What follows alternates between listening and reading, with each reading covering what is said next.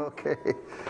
Well, I'd want to thank the Bacchus Community Center for promoting the arts and culture in this community, and especially Lois Lundeen, who has worked with me, Lee Grimm, at the deacon at Holy Trinity Episcopal Church. Over a year ago, we called Robert Tubles to see if he'd be willing to come to International Falls and display all his wonderful artwork. And so he said yes, and so we've been planning. And so I'd like to introduce to you the Reverend Robert Tubles. He's the canon missioner for Indian Works in the Episcopal Church in Minnesota. And he has arrived in International Falls. He's here to let people know about the meaning of his paintings and the work that he has done. And so we're going to get together and talk with him today and see if he'll spill his guts a little bit and tell us about why he's doing what he's doing here. So I've got a few questions that I would like to ask Robert. And first of all, I'd like to say that he and I were both born in South Dakota. And so maybe he'll tell you where he was born. All right, yeah. Well, it's good to be here this morning.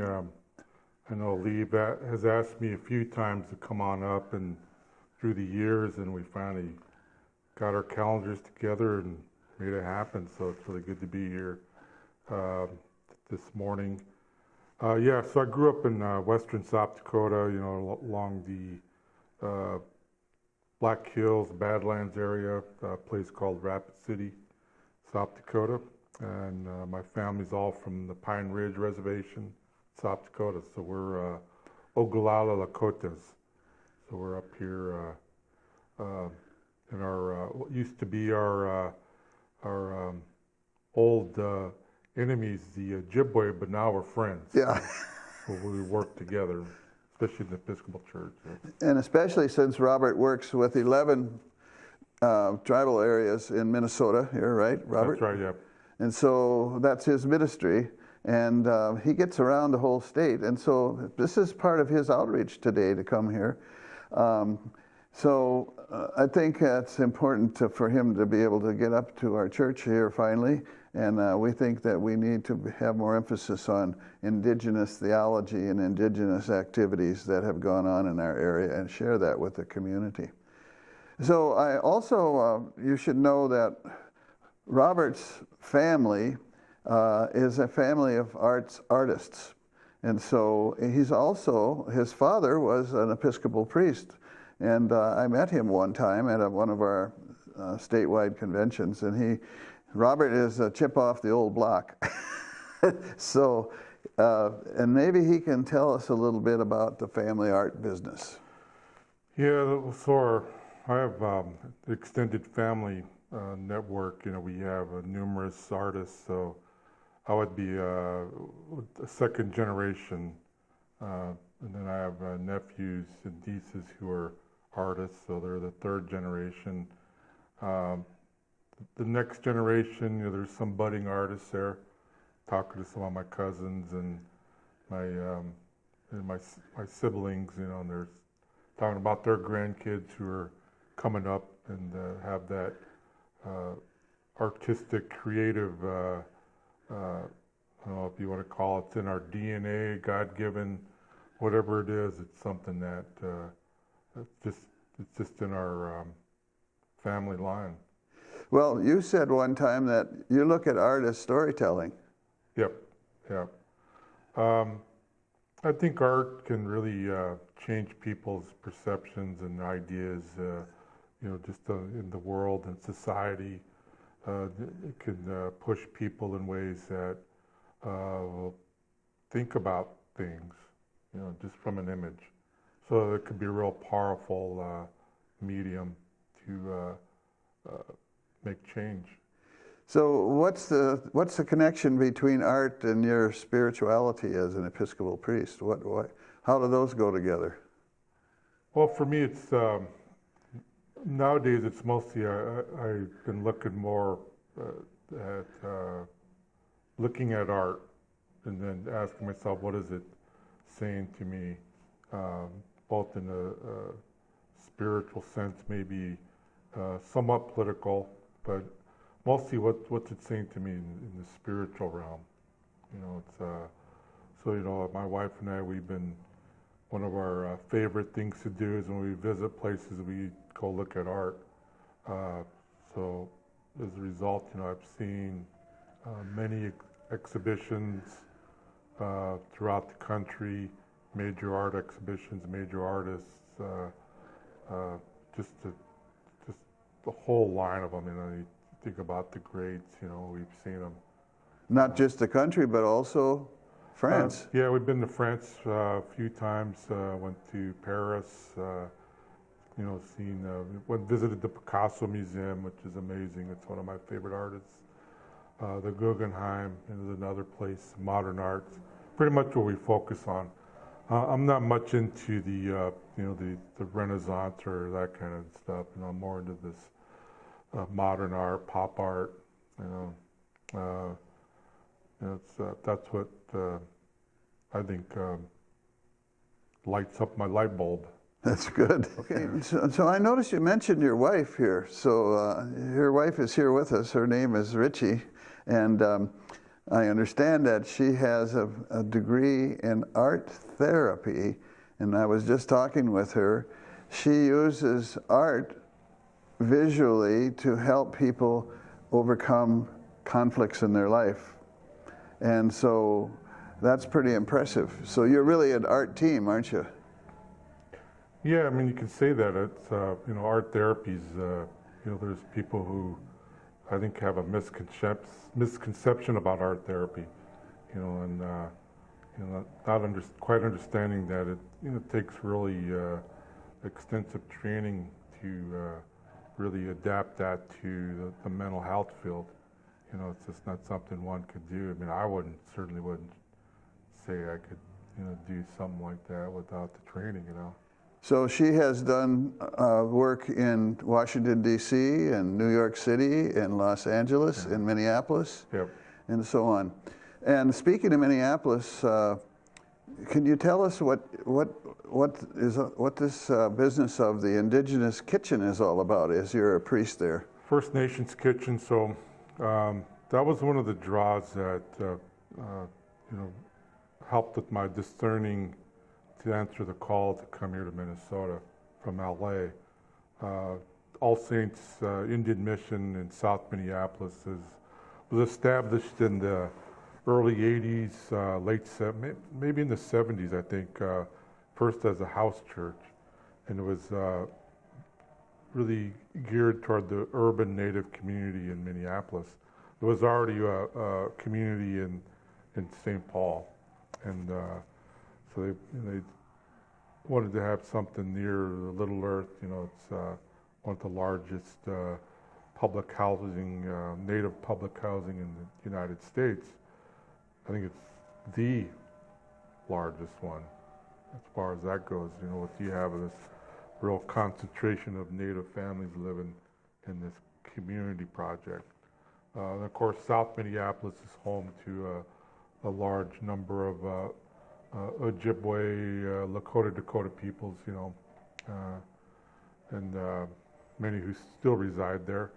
So All Saints was then established, and then through the years, you know, they moved to different places to where we're at now in the Corcoran neighborhood in South Minneapolis, just off Lake and Cedar.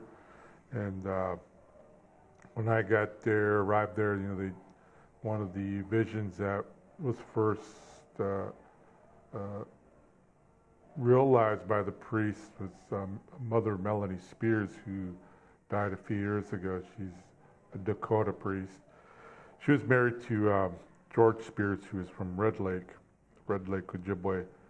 And they renovated the building in the 90s with the hopes and intention of starting this soup kitchen. So the kitchen was all ready to go, you know, so it was commercial grade. But she unfortunately had to take an early retirement, medical reasons. So by 2000, the building is, you know, renovated top to bottom, beautiful space, sanctuary space. The downstairs kitchen was ready to go, but they could never quite get it going. So they spent the next 6-7 years trying to start this program up. So when I got there, interviewed with the group there, the Bishops Committee, they told me about this vision, and I immediately saw it. I looked and saw that the major hurdle was behind them. That's having a kitchen. Commercial, right? Commercial, yeah, because you just can't do something like that I mean, you can, but it's, like an ordinary church kitchen. Yeah. Well, that's like Bacchus here. They had to go through and get a brand new, upgraded stainless steel, up to grade kitchen. So, and feed a lot of people here too. So you did the same, right? Right. Yep. So anyway. Well, I didn't do it. It was Yeah. already Right. done. Right. So, But. And so, I came up with the name First Nations Kitchen. Well, step back a little bit. So, I've seen the vision, and that helped me discern the call to come here to Minnesota to, do the work that I'm doing, and the opportunity to work with other Native Episcopalians. And any artwork done there At at First Nations? You people working on artwork there? Doing any? Not yet. No. Okay. We've done some things through the years. We've done murals out right. on the side of the building. Done things downstairs. We've had I've had art that was brought over from France, banners hanging in our sanctuary space. So it's a real mix of art, artists, traditions, that kind of thing, Well, So at the First Nations Kitchen, one of the things we do is we only serve indigenous organic, and we started this in 2008. that's art in itself. That's art in itself. When you meet the chefs, the cooks, they're certainly creative types, and so we're really focused on the arts. Richie and our senior warden, Charmaine Bird, they started doing this music series. So it's, I think, every month we have a guy coming in the third Saturday of every month. So it's local artists, musicians come in, all acoustic. We've had some really great performances through the last few years. And, it's not hugely attended because, the music, any arts program,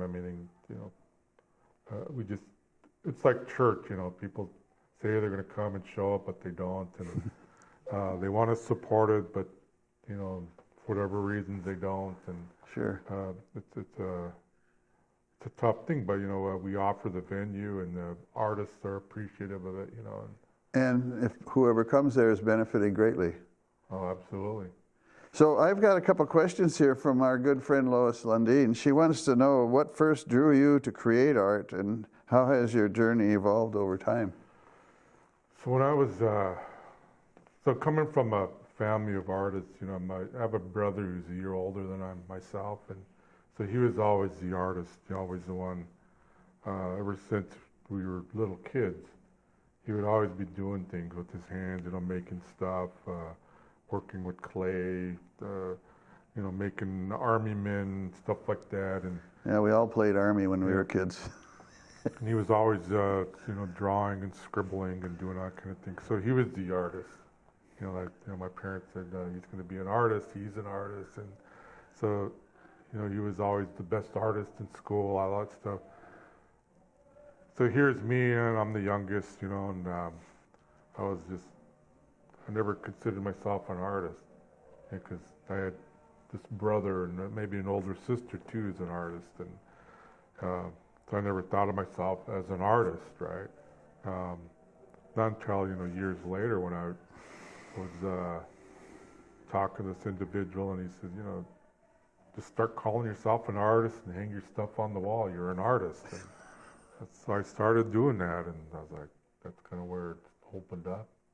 So Lois said, are there particular moments, places, and people that have deeply affected your work? And obviously, you just told us that your brothers and sisters and so on, but other people as well. Other people that influenced your work? Well, other than like the great artists, so I'm really into Jackson Pollock, Picasso's my favorite. We've seen, just different retrospectives of artists, you know, Jasper Johns, uh, Andy Warhol, you know, I can name a bunch of it. What is it about Picasso that makes you like him so much? Well, I like the fact that he was doing something all the time. You know, like a lot of these artists are just always producing, you know, and the things he did, he was, you know, might seem strange and crazy to a lot of people, but to me, it just, you know, it always draws me in. The things he was working on and the images he was coming up with, you know, really speaks to me. Cool. You know, we're going to take a look at the works that you've brought here today, but the question here, Lois says, are there traditional stories or symbols that find their way into your art specifically? Well, it depends. There's some that I brought in that certainly is true, you know, that comes from my upbringing and, you know, attending certain ceremonies growing up and just that kind of imagery. Mm-hmm. Okay, very good. Are there materials or techniques that you feel especially drawn to in your painting, your work? Primarily just do acrylic on canvas, usually. Mm-hmm. That's my medium of choice, but the last few years I've been doing some watercolors, so trying to work with that again. Like to get back into, you know, calligraphy, maybe do some of that. I noticed that we've got hanging down at the other end here a piece of black elk. Is Yep. that right? Yep. What's your relationship to black elk and your feelings about black elk, and what is that? Well, it comes out of the, you know, when the Roman Catholic Church canonized him, so, you know, that's the next step would be to make him a saint. So when I did that one, that was in 2018, was when I had a sabbatical, and I was in Taizé, France, spent some time with the Taizé community, and they set me up in a place to work in, and so I spent time with them, you know, in their, you know, their rhythm of life, and that's the image I came up with of Black Elk. When we, So, you know, he was somebody who was probably one of our first real theologians, because he's an Oglala Lakota. so what happened in Taizé? Why did you get interested in going there? And what's that all about, Taizé? Well, so Taizé is a community in a monastic community in France. It's they were formed just after, well, during World War II. So Brother Roger, who's the founder of Taizé, was came across this place when he was coming in from, I think he was German, so he was coming through Switzerland. You know, it's near Geneva, that area. So he came up through France. He came to this chateau, and he created a car for this place. And that's how he started his community. So he was housing Jewish people who were fleeing Nazi Germany. So that's it started out and still is a community of reconciliation.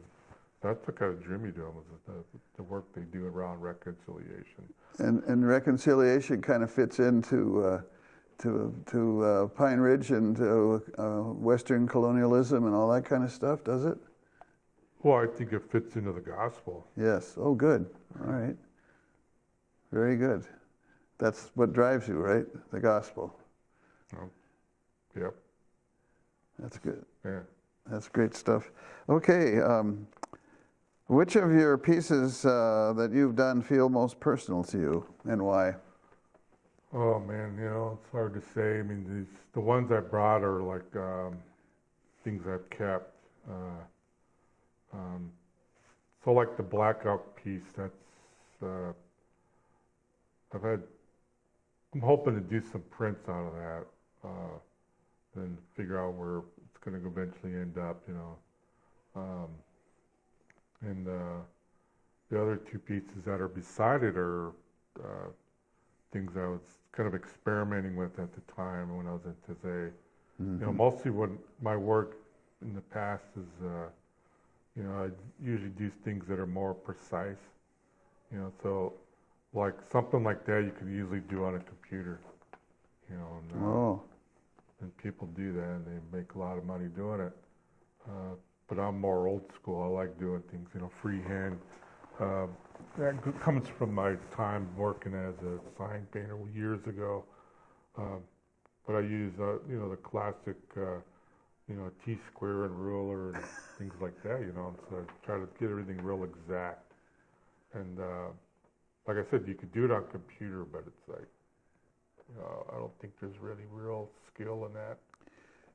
I understand that one of your paintings is in the Minnesota Historical Society of Bishop Whipple. Is that true? Yeah, it's in their permanent collection of 38 tiers of Bishop Whipple. That Can you talk about that a little bit? yeah, that was part of a show when the state Minnesota celebrated their 150th anniversary as a state. So I forget what year that was. 2000. 53?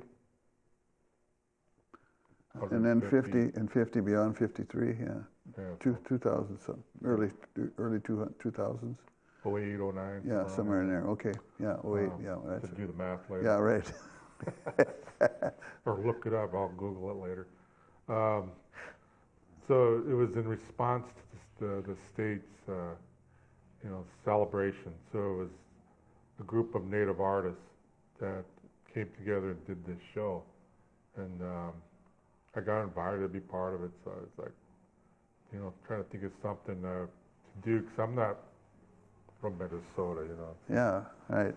So it's like, okay, what would I, as a Oglala Lakota Episcopal priest, artist who not from Minnesota but resides in South Minneapolis? What would you contribute, right? Yeah, I mean, that would be real meaningful and would speak to that whole thing. And you know, when I was an undergrad, my degree's in American history. You went to Maryland, right? University of Maryland, College Park, yep. Yep. My degree's in American history with the focus on federal Indian policy. And I came to that's another long story, but the reason why I was focused on that is when I was in high school years ago, there was a teacher there who, his name was Laudenschlager. It's pretty German. Pretty German. He taught this class tribal laws and treaties, so this was in 1979, you know, which is really unusual for, you know, Rapid City Central High School having a high school teacher teaching this class. And that's where I just sort of opened this door. Like, there's a lot more to history here that we're not learning, but we should be. And here we got this high school student doing, or this high school teacher teaching this. And so from that point on, I'm just like really interested in, you know, what's out there and what we could be learning. You know, one could say I woke up. You saw the light. I woke up. So, you know, that started my journey into wanting to learn more. So I'm always reading stuff, you know. So I knew about the Mankato and what happened there, you know, back in the 1860s with the execution. So I knew about that way back then, you know. So fast forward to that, you know, with the art show. So I was like, okay, I want to try to do something around that. So, you know, I dove in a little more. I said, being an Episcopal priest, you know, everybody talks about Bishop Whipple, you know, he's like sort of like the story, right?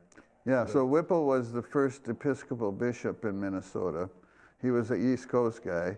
He came here and he started the Episcopal Church in Minnesota, first bishop. And he spent a lot of his time going around Minnesota establishing churches, right? Yeah. So, yeah, he's a big deal. Yep, In our Faribault was one of the places, and that's where one of our cathedral is, one of our cathedrals. But anyway, the other story is that he knew about the injustices that went on and the conflicts between European civilization settlers and the people that were native here. So then you can take it from there. Yeah, so he's a big deal. So he's talked about. He's kind of like the main story, and I always say now that okay, we hear about him, but what about the other 9 bishops? Yeah. We Right. don't hear much about their story, which is interesting in itself to look at and comment on. I think there should be more done around that. But going on a tangent there. So here's Bishop Whipple. He's like this big figure. So I said, okay, I'm going to do an image of Bishop Whipple, and then include the story that the 38 who were executed, which was the largest, mass execution in American history, which we don't, executions back in those days was a real public spectacle. It was a time when people would come out. They said it was almost like a festival, like people were coming out and wanting to witness this thing, and lynchings were like that too in the American South. So the 38 was a big deal. So and Whipple at first had gone to D.C. and he met with Lincoln, and at first they wanted to execute 303. Which is mind-boggling in itself, right? So anyway, so you got the 38. So the image that I created is you have Bishop Whipple. He has his hand out, looking up, and then the tears are raining down on him. The 38 tears of Bishop Whipple. But the tears are made out of these hangman nooses that I put together, so they're actual little mini nooses, and that I then adhered to the canvas and then painted them red. Then inside the noose itself, I painted those like a droplet. And so the way I look at it is, are the tears Whipple's or are they God's? There you go. Yeah. Which is a good example of taking your feelings and putting it into a piece of art to express a story. As you say, your art is telling a story, right? Yeah. It's beautiful. Yeah, and people who've seen it, they come up to me and they'll talk about how it's really pushed them to study a little more about that period. What happened. It's like it's a tragic part of American history, but I think we need to learn about it, talk about it, and it's not being politically correct or woke. It's just learning our history. Got to know it. So we're getting down to this now. What do you hope people feel or take away when they come to see your works? And we're going to go around and take a look at these works here and stand in front of them, and maybe you can give us an idea of that. Now, obviously, behind us, there's a real strong message there. And so, but what do you hope that people feel and take away? Well, this image here, it's one of the stations of the cross when Jesus dies on the cross, and this was part of a group of artists we were invited to do the Stations of the Cross at All Saints Beverly Hills when I was in Los Angeles, Diocese of Los Angeles, and a number of us artists, so I got to do 2 stations. And this one was, I did, so Jesus died on a cross, so this was done in early 2000. And I wanted to do something that was, kind of like pop art type of thing. Included, I think, the Campbell soup art, kind of like a Warhol. Not that, huh? No, more like, let's say like Lichtenstein, Okay, comic art stuff, okay. or even, yeah, that'd probably be the main one. So, looking at the so he has boxing trunks on. So I wanted to play with that a little bit, Everlast, Yeah, that's what it says on there. but this is for Everlast. There you go. So I just want to play with that a little bit. Get a little humor in there, I guess. I don't know. I think that's pretty good, that humor. Well, it's Jesus dies on the cross. His resurrection for Everlast. Yes. And then, the image too then is, when I did this, I also included a list of all the names of, at that point, all the service men and women who were killed in action during the, first part of when we went into Iraq and Afghanistan. So it was like, and I laid it out in this, regular 8x12 paper, had the list laid out all, down so this was sitting on the altar on the floor. Oh, yeah. You had to come up to it. It was sitting there, and then the list came all the way down the church aisle in the middle. Of dead military. Huh? Yeah, it's like this list coming all the way down, and I had it taped together, and I placed these candles leading up to it. Wow. So, Kind of like the Vietnam Memorial, only it was there in the church, huh? yeah. Wow. That's pretty powerful, Robert. And at the time, the list was pretty long, and it was still growing. Yeah. I haven't added to it. I was just kind of curious about, how much more names are on it. 'Cause at Sure. the time, it was a few thousand. I forget now what the number was, but quite a bit. Enough to make a nice long line, So how about if we move around here, Darcy, and go and look at the rest of these on the wall and have Robert talk about them a little bit. This is one of the stations that's included in the Stations Across that was done by various artists at All Saints, Beverly Hills, in Los Angeles. I think this is Station 9, so Jesus falls for the third time. So I wanted to do a triptych, so he's sort of he's fallen for the third time, and these are, have crosses coming raining down upon him, and sort of convey that where he hits the ground really hard, and this, that's what this conveying. Yeah, so these pieces here were done, it said in 2018 of Black Elk, and you can see on here, this is, he always talked about the good red road. So that's what that conveys, this is, the Black Hills, and then the windy road you get on, so instead of talking about the straight and narrow, when you're on the red road, it's, I think it's a windy. And so this on the side, this quote here comes from a quote that he did, that he talked about this, and it means like, know the power that is peace. So in Lakota, it's wawashake ki shloyapo wawawala he'e. So that means, know the power that is peace.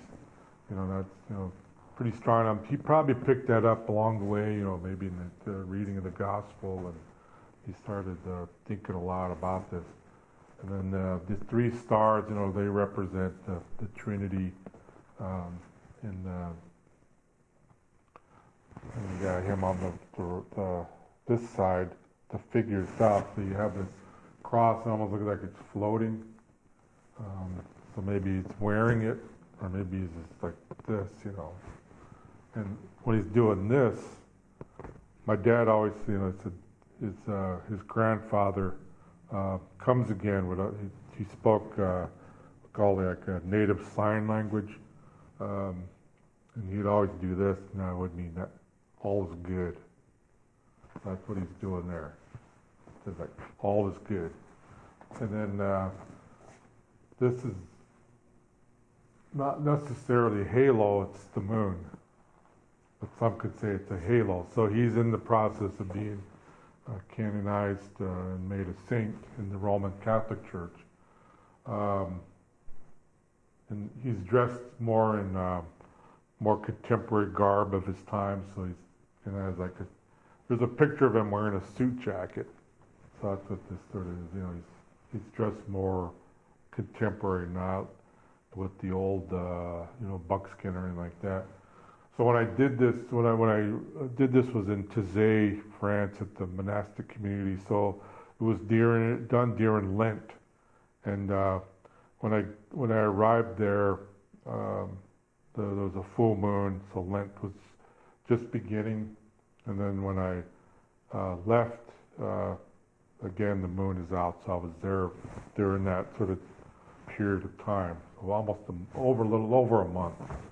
So it's done during Lent, and there's these two pieces too. So they're more about doing more experimenting, doing something that's a little more traditional. So this is more like when I have these floating 4 direction crosses. So it goes in like this. So trying to get something that's sort of floating. And this here is more of be like something you'd see on a hide painting, get the color of a hide, and just do something more freehand. In the past I would do things more, more exact measurements, rulers, T-squares, drafting table, all that stuff, so it's just trying to free up my hand a little bit. So this piece here is called Mato Aka, also known as Pocahontas. That was a commissioned piece by a native Hawaiian priest who's deceased now. His name was Malcolm Chun, and he had asked me, he says, I can't remember his exact word, but he says, can you do an icon of Pocahontas? I was like, Pocahontas, what's up with that? It's like, tell me more. So he goes, okay, so he says, well, we think that Pocahontas, or what she's real name is, Matoaka, was one of the first Native women baptized in the Anglican Church, or baptized in the church. And so when he told me that, I was like, oh, okay, I could work with that, I think, and thought about it long and hard, and wanted to do something that, to take her back from, popular culture, back from Disney, back from Hollywood, and how she's portrayed, to get something that's where she's, back where she belongs. And so when I did this is actually on the banks of the James River in Virginia, just right across from her ancestral village. So I think when it was done, I really tried to place myself, I tried to imagine what it was like back then, for her and for her people. And so I did this at that time, at that place, and it just came out, just like boom. And I think it's a good piece. I think it's, I've hung on to it. We made prints on it and everything, and it's kind of based on iconography, but not to the fullest extent where they really get into everything, like the carving of the wood, the layers and layers. It's all about prayer, meditation. This is more about the prayer, meditation, and history all mixed in. So it's really trying to bring her back. People ask me about the feathers, what that symbolizes. I wasn't thinking at the time about the number. I think there's 9 feathers. So I'm like, they asked me about that number. I thought, I was just like, it fit. It was just how I was laid it out. If I thought about it more, maybe come up with a more symbolic number, but there it is. So, she's holding her hand to her chest, and she's kind of there as this grimace. So it's, it's like she's back. This next piece here is whatever happened to Johnny Blackfeather. So, this was done in 2010. It was part of a show. I forget which show it was in Minneapolis. Maybe it had something to do with urban natives. So, story behind this. So this is the skyline of New York City. If you're across looking west. So you have the Empire State Building. You have the various buildings and stuff. Chrysler Building. So it's sort of the cityscape, right?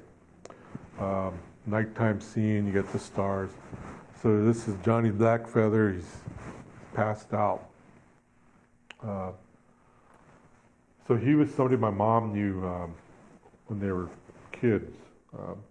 Grew up not far from where she grew up in, way out in the country, rural, dirt roads and stuff. And when he was, maybe he went in the military, I don't know, but he ended up on the streets of New York City. So my mom, when I was, my mom told me about him, because at the time I was in New York City. This was in the late 90s. And she goes, he's still there. Can you go look for him? I was like, millions and millions of people on the streets. I don't know if I could find him. And so I kept my eyes open. I'm looking. I'm in seminary at the time. I, did some work at my clinical pastoral education work. I spent a summer at Bellevue Hospital, New York City, which is a really busy hospital. Just kept looking, maybe I will run across him, and never did.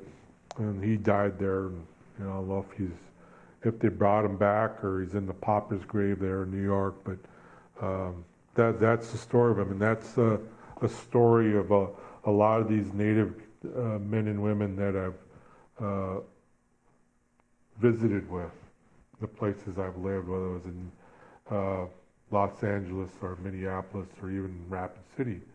They're on the streets, and it changes. The generations change.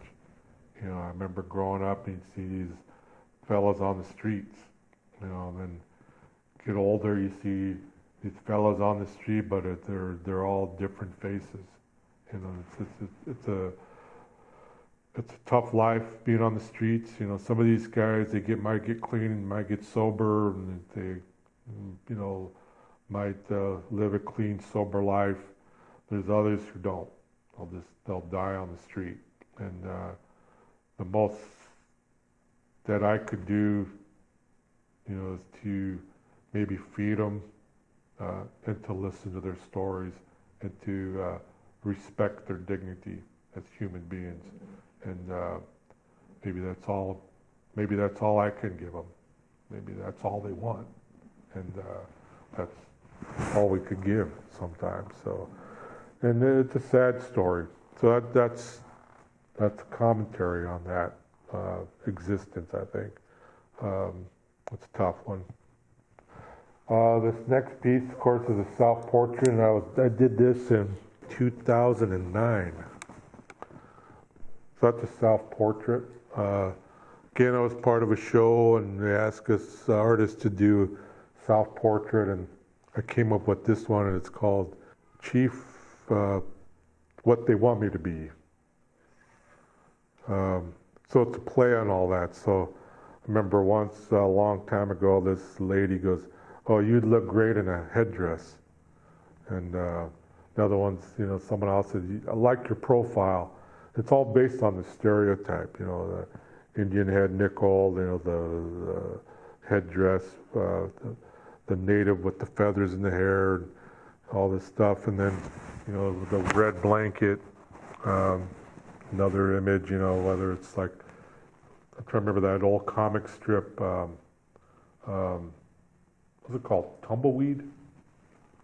One of those old comic strips. Anyway, so, you know, the other guy's always wearing the headdress and the blanket, and then the, you know, the puffy clouds, blue sky. So someone said, you know, you could say that smoke signal. That's even better. You know, so those are smoke signals. So just to play on all that, you know, the stereotypes, you know, rather than saying, you know, that, you know, that might be traditional and all good and everything, but it's not everybody dresses like that for ceremonies. You know, headdress is significant,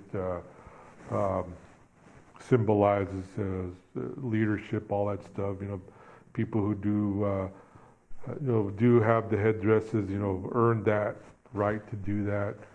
You know, blankets are important. They're, you know, given away at giveaways, funerals, things like that, and you know, and I don't know about smoke signals. I know I had an uncle. I said used to be able to do that, so you know, it certainly was used. But so it's just to play on all that. You know, that's my self-portrait. So I kept it for that. You know, it's one. It's hard to do a self-portrait. You know, there's something. I don't know, narcissistic about it, I think. You know, when one does that, and, you know, I had to get past all that and the ego and all this stuff. And so I want to try to do something that's also funny, humor. So that's that.